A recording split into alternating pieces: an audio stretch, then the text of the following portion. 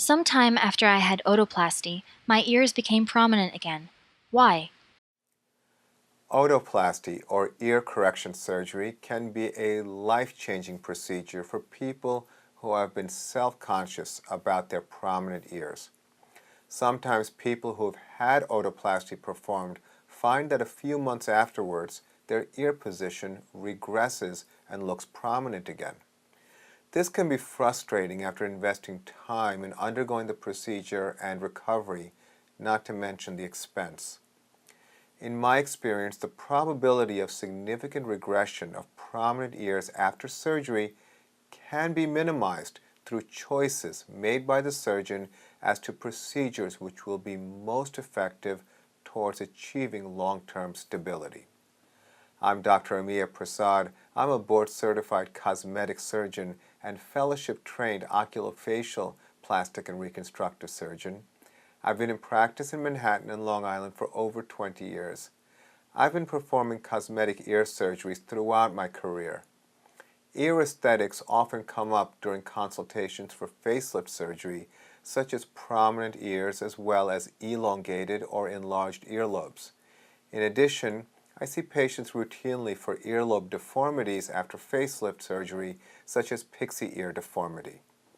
In addition, since many people travel to our offices for procedures from around the world, I've always focused on procedures which have highly predictable outcomes with maximal longevity. In order to understand why some people experience regression of their otoplasty procedure, it's important to understand the evaluation of different aspects of the ear which contribute to ear prominence and the appropriate procedures which would be indicated based on the evaluation. This doesn't mean that some regression can't occur with appropriately performed surgery. In addition, surgical enhancements may still be necessary in well-performed surgery since the healing process can impact the final appearance. When I look at the ear, I divide it into the upper, middle, and lower thirds.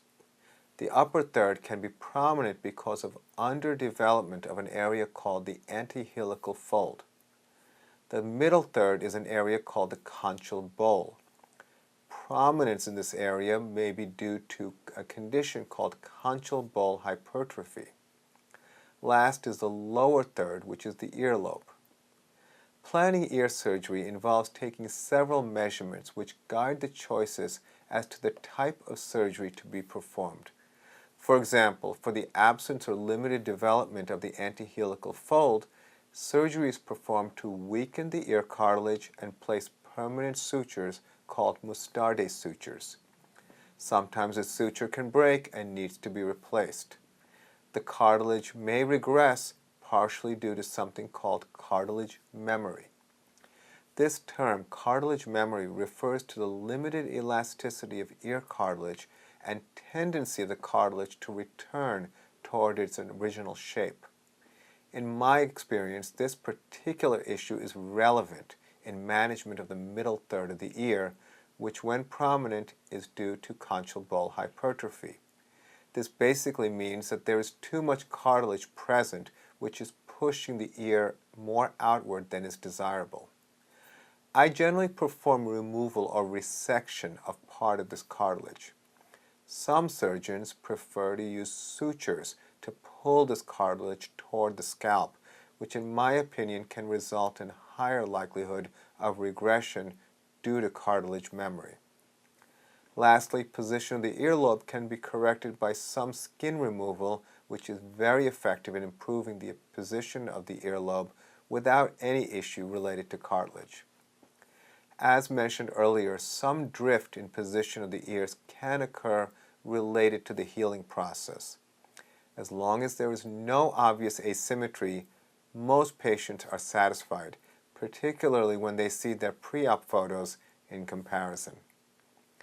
In my opinion, the appearance of prominent ears can be improved with detailed planning and choosing the procedures which are most likely to result in stability for the long term. During consultation, it's important for you as a prospective patient to understand these concepts before moving forward with surgery. I hope you found this information helpful.